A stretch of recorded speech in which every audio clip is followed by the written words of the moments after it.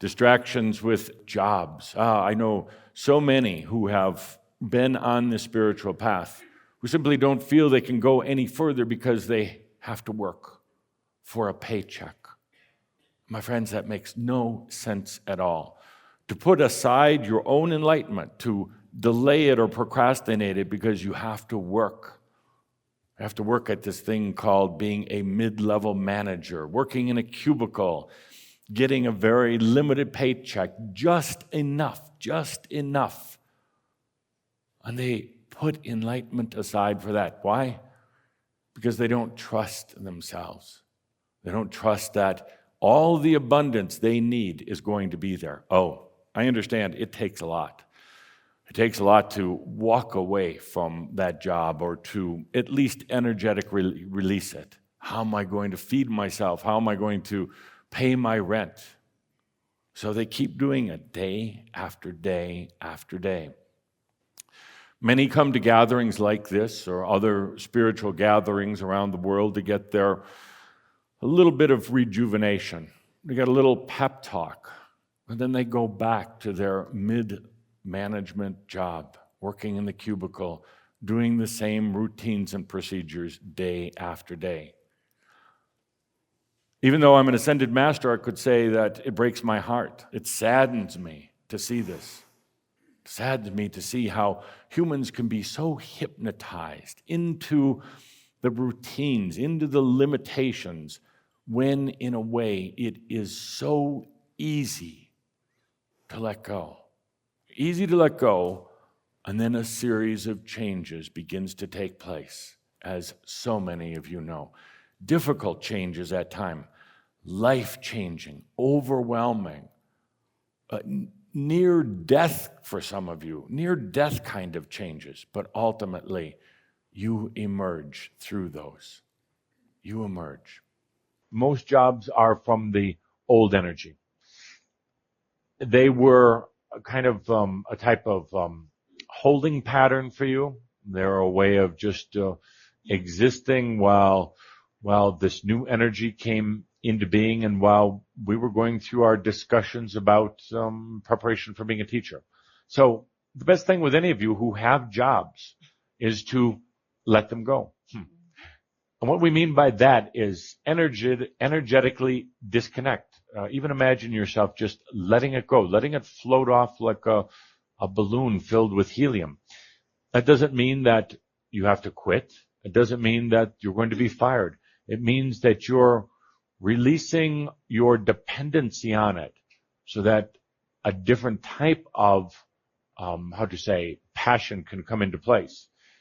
And when you release that old job and the old way of getting a paycheck, you're going to be surprised at the type of, new, I don't want to say the word work, but the new opportunities that come into your life.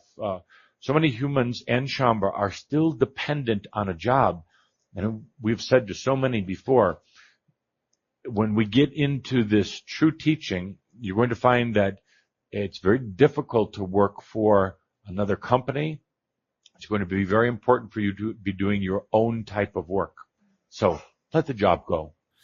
Now, the point is to make it very clear to your soul what you need. It does not understand the human needs, whether it's money, relationships, simple things, my dear friend, saying, I don't want to have to work in a regular job anymore because it takes a lot of time and energy.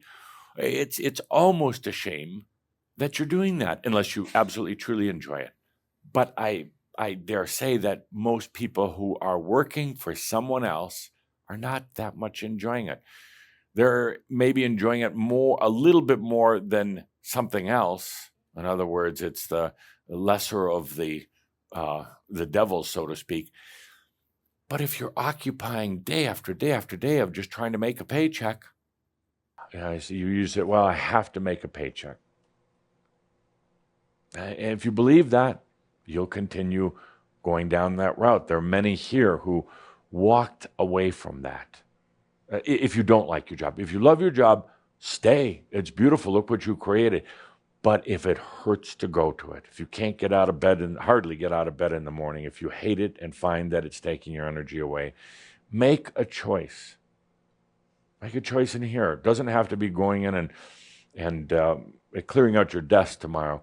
Make a choice. This is no longer appropriate. I open myself to a different potential.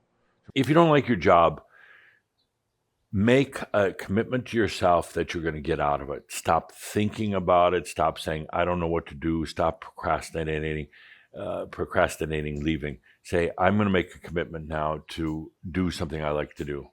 Otherwise, you're going to be miserable, and your body's going to be in a lot of pain, and you're going to die young, and you're never going to get to the realization status. There's not a realized master out there who is working a mid-level manager job in a gray cubicle. That you simply can't. And if you say, well, I have to do it for the paycheck, you're fooling yourself. That is a bunch of macchio. You could be doing other things and making a lot of money. And I'm going to call for Shaumbra stories, because there's enough of you out there who have done that. You've left your miserable comfort of a job somewhere. You've just taken a deep breath and said, I'm out of here. I can't do this anymore. And yeah, it was a little rough at first, but then suddenly you start getting abundant and successful, and you're doing it. You're your own boss. You're an entrepreneur, and suddenly you're making more money and having more fun than ever, and wondering why you didn't leave that job earlier. Know when to get away. Know when to just take time to yourself. Go in nature. Take a vacation to the beach, or whatever it is that gets you balanced. But remember, the old comfort points are changing. But just take time away from everything and anything. And I've suggested it before, and I'll suggest it again to all Shaumbra, is you've got to get away once in a while. And you find all the reasons in the world not to, but just take off. Get away from, everybody. That includes spouses, partners, all the people, your job, and everything else.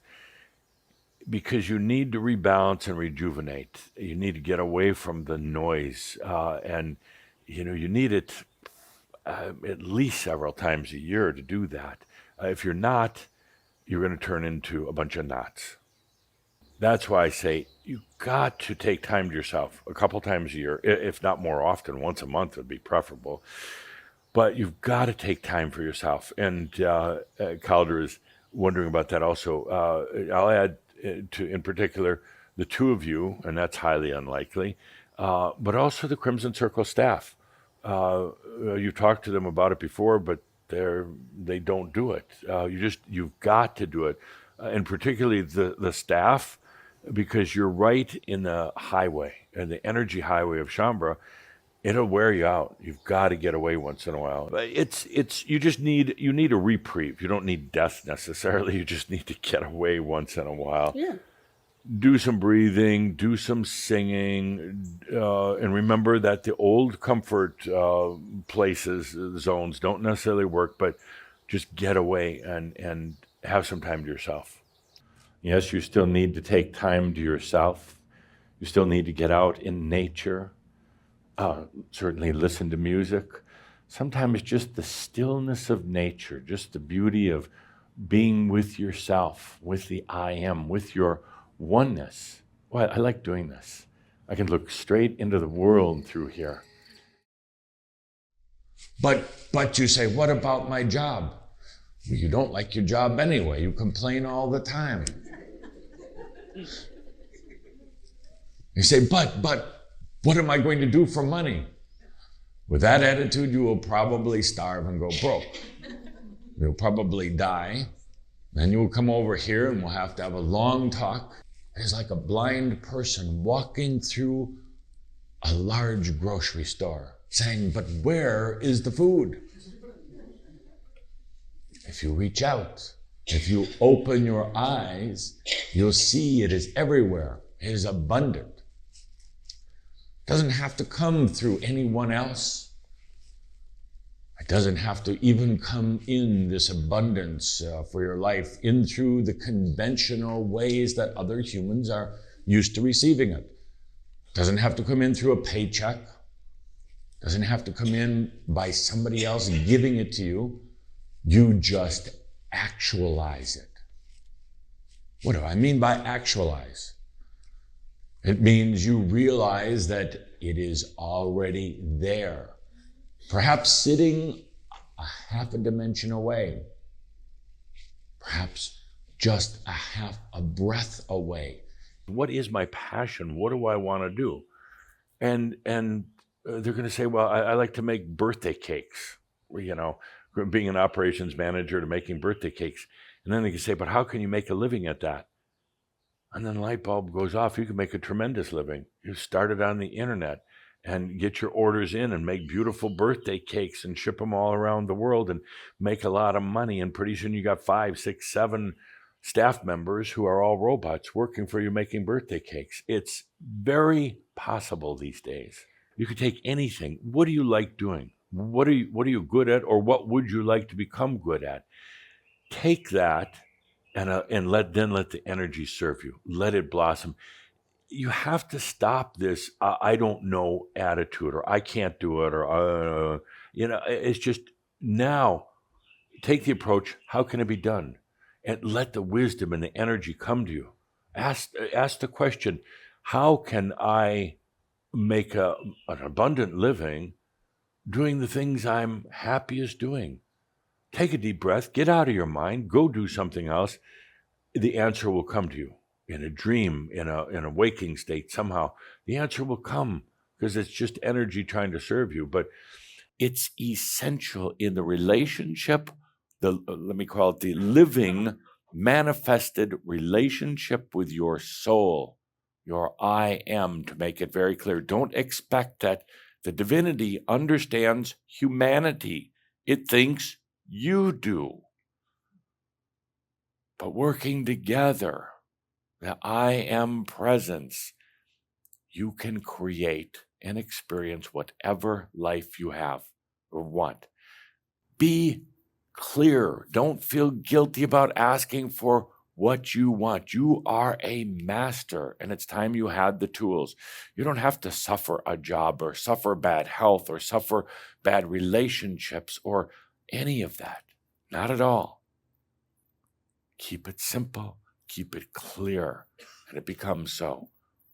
Don't just wish for it or think maybe tomorrow. Make it clear right now.